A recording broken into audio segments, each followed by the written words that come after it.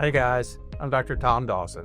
Today I'd like to talk to you a little bit about hyperactivity, ADD, ADHD. We called it a lot of different things, but essentially it's an area I think there's a lot of confusion that surrounds this diagnosis. So I'd like to talk about what it is, how to take care of it, and how to really approach it in general. First of all, I'd like to tell you I do not feel that this is a disease. I understand why there's a lot of folks who would like to treat it as a disease and feel that that's a better way to think of it. But I feel that it's really counterproductive to the way we approach it, the way we treat it, and the way that we talk about it. To me, we all just have a wide variety of attention spans. Some of us have long attention spans. Some of us have attention spans that are overly short. Personally, my attention span is a little bit too long. And so while that made school and testing and some of those things a little easier, it was a little tougher when I went into a profession where I had to go from one room to the next every 10 to 15 minutes. And frequently I wasn't finished with all the things I needed to do in the last room. And back when I was a kid, when my mom used to try to get me to leave, she would have to give me a 5-minute warning and say, Tom, whatever you're doing up there, finish it up in the next 5 minutes because we have to go to the store. So I look at this more of as a situational problem. And depending on the social situation that you're in, depends on whether this attention span you have, whether it's an advantage or, a curse. So I really don't think of them as being a blessing or a curse. I really think of it more as just being the cards you're dealt.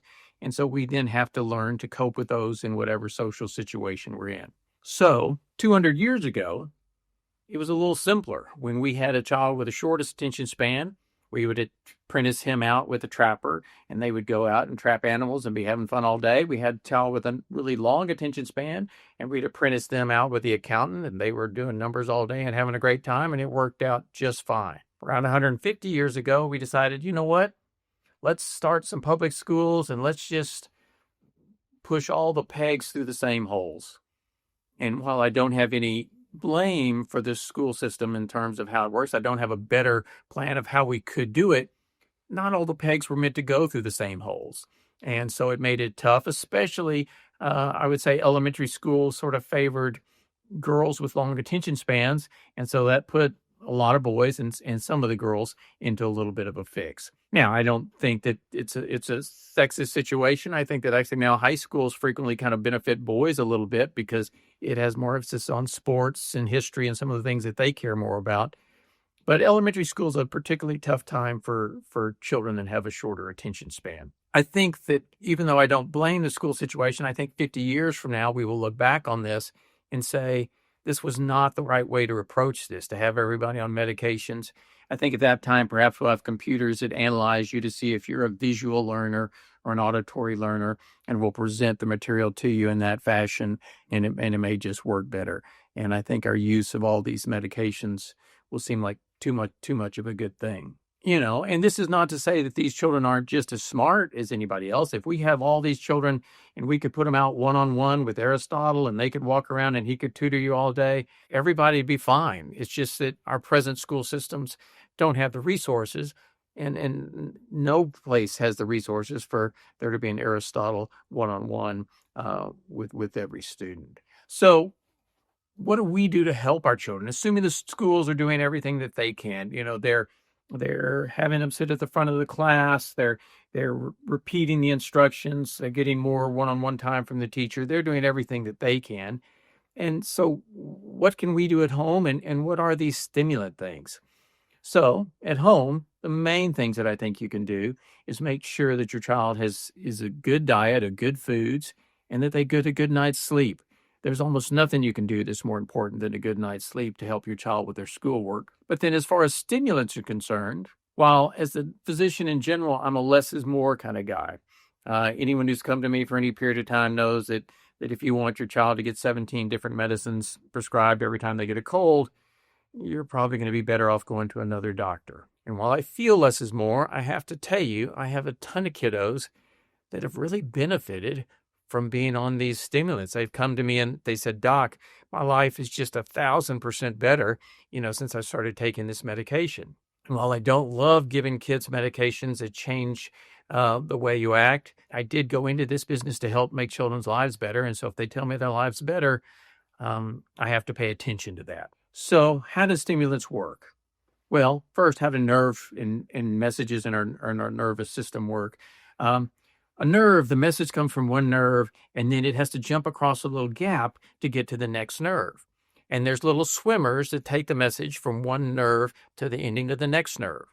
And a stimulant makes this nerve release more swimmers so that the messages go faster and you have a more efficient transfer of information. So it just makes our nerves work better. A good example of this, it would be, as far as how it works on a group setting, is if we gave the most common stimulant, which is coffee, to an entire classroom of children, it will have the same physiologic effect on all of the children. All of their hearts will beat faster and their nervous transmissions will go faster and more efficient. It'll have the same effect on every child in the class. But if we give a test at the end of the class, a kind of a pop quiz, the children who had attention issues and who weren't really loving this class as much, their grades will go up.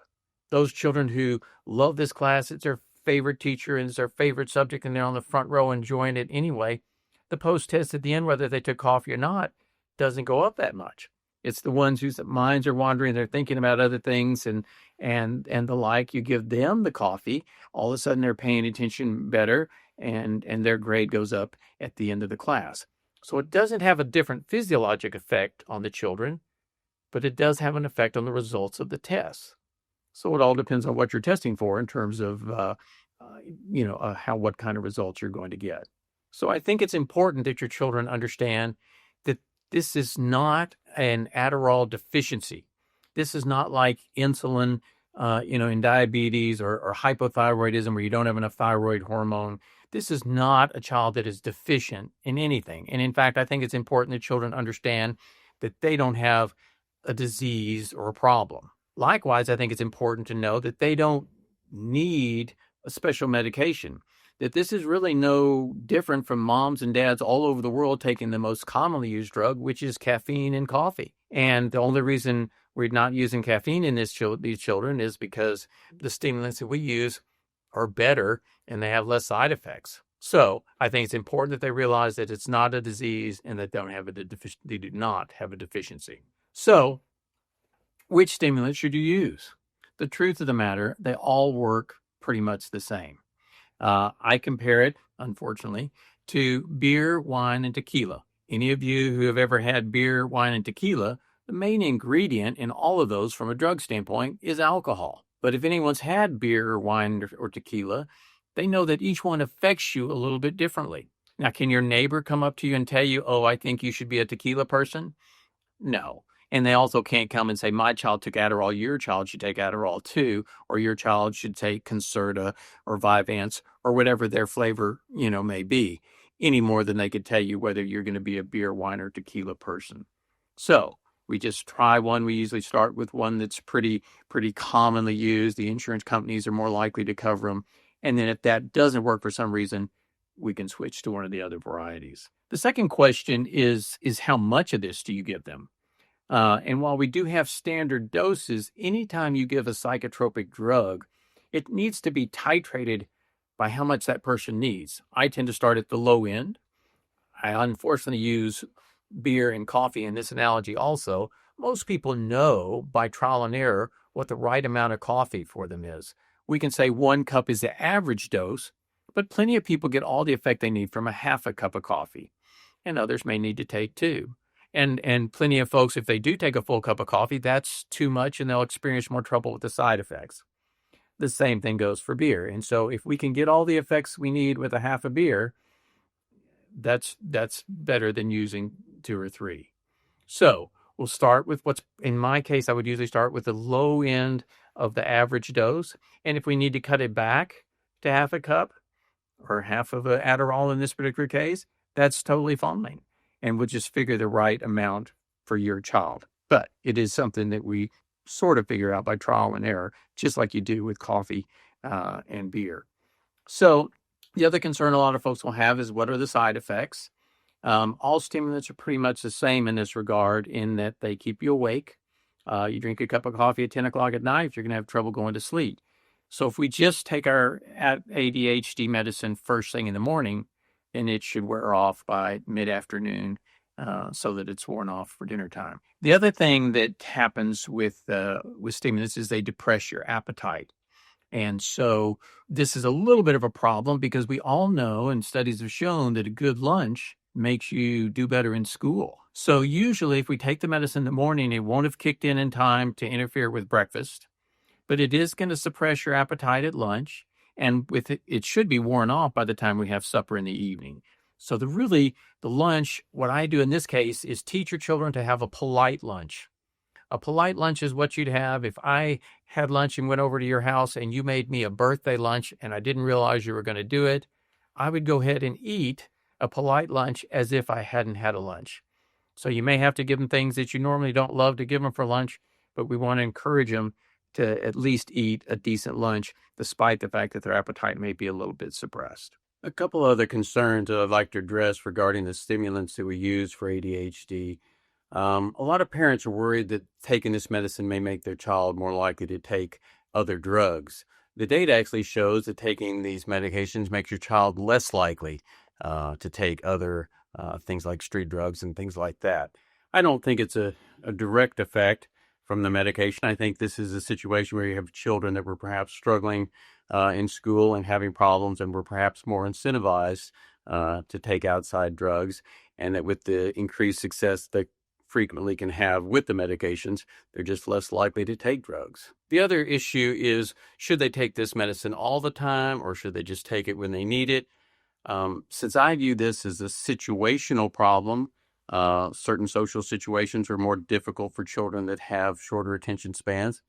I would recommend that you only take it on school days and not take it on weekends and not take it during the summer unless you send your child to calculus camp. But otherwise, we don't need it for those other situations. And I prefer to be able to see how their child does when they're not taking it. And being off it for the summer also lets you know perhaps when your child no longer needs to continue taking this medication. So that will be things that are important there. So it ends up being one of those gray parenting decisions. And I'm sorry you're having a struggle with it, but where we don't like them struggling in school and we don't like the idea of them taking chronic medication. And we just have to pick the decision that we hate the least at that time. Like I say, I hope this explains it better, but I'm sorry that you're having to struggle with this decision right now. So those are the main side effects. The Tom Dawson version of this problem is that, number one, it's not a disease. Number two, we don't need to take any medicine. We're just doing it like mom and dad do when they drink a cup of coffee. It will help make things go a little bit easier sometimes. And then the third thing, and where the parents can perhaps help you the most, is we tend to outgrow this need as time goes on. Society, even though the things may become more difficult that we have to do, they don't usually take more time and attention. So most things in college and in the job world will not require medication in order to pay attention to what you're trying to do. So I think as an adult, as a parent, you can help your children choose careers that don't require medication to accomplish those careers. So this is the Tom Dawson version of ADHD, and I hope that'll help you a little bit.